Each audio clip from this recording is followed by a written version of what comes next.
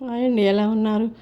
ఈరోజు అరిసెలు చేద్దామండి. సంక్రాంతి దగ్గరికి వచ్చింది కదా, దీనికోసం బియ్యం నానబోసానండి. 1 కేజీ బియ్యం రాత్రి నానబోసి మార్నింగ్ కడిగాను, మిల్లుకి పంపించా.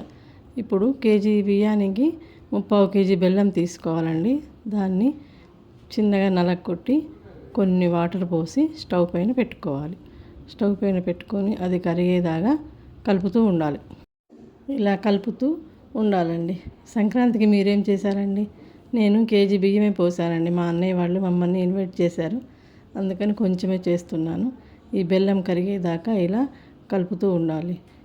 స్టవ్ పైన అలాగే ఉంచకూడదండి, కలుపుతూ ఉండాలి. మధ్య మధ్యలో చూస్తూ కలుపుతూ ఉండాలి.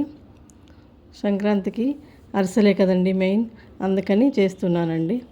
ఇప్పుడు ఇలా కలుపుతూ కొంచెం ఇలాచీ పొడి మెత్తగా దంచి వేయాలి. దంచి వేసి దాన్ని చెక్ చేస్తూ ఉండాలి. ఈలోపు ఒక చిన్న ప్లేట్లో వాటర్ తీసుకొని పాకం సరిచూసుకోవాలండి. పాకం వచ్చిందా లేదా అని ప్లేట్లో వేసి చూస్తూ ఉండాలి. ఇలా చూస్తూ కలుపుతూనే ఉండాలి, మధ్యలో ఆపకూడదు అనమాట. కొత్తగా చూసేవాళ్ళు సబ్స్క్రైబ్ చేయండి, ప్లీజ్ సబ్స్క్రైబ్ అండి. ఇలా కలుపుతూ నేను మధ్య మధ్యలో చెక్ చేస్తూ ఉన్నానండి. నీళ్ళలో అలా వేసి చేయితో తడిమి చూస్తే తెలుస్తుందండి.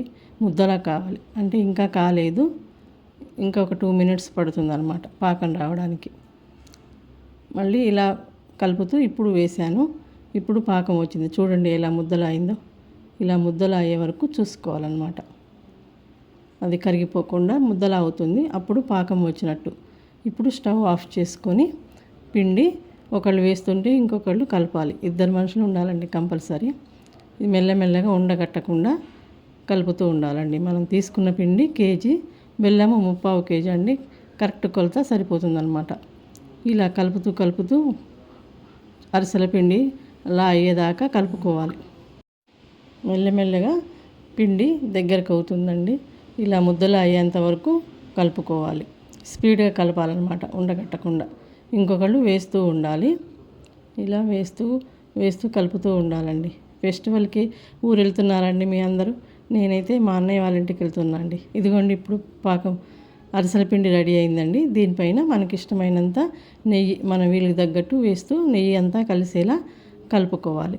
కలుపుకొని బాండీలో ఆయిల్ పోసి వేడి చేస్తూ కవర్ పైన చిన్న చిన్న ఉండల్లా చేసి అరిసెల్లా ఒత్తుకోవాలండి.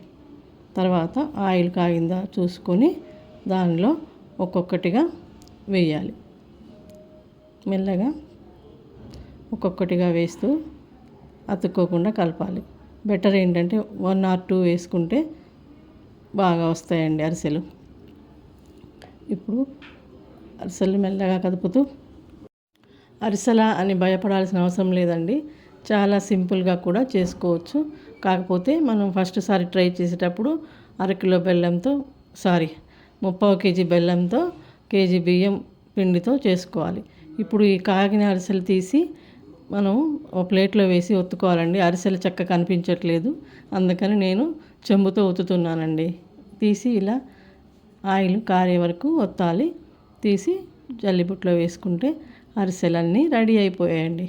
ఇప్పుడు చూడండి, ఇప్పుడు అరిసె ఎలా వచ్చిందో మీకు చూపిస్తా చూడండి, మీకే అర్థమవుతుంది. చాలా చక్కగా వచ్చాయండి. మీరు ట్రై చేయండి. ట్రై చేసి ఎలా వచ్చిందో చెప్పండి.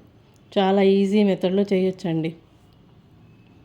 నేను మాత్రం కొంచెం అరిసెలు నువ్వులతో చేసుకున్నాను, మిగిలినవి ప్లెయిన్గా చేసాను. మా పిల్లలు తినరండి. ఇదిగోండి చూడండి మీరు ఎంత మెత్తగా వచ్చాయో అరిసెలు. చాలా చక్కగా వచ్చాయండి, చాలా టేస్టీగా ఉన్నాయండి.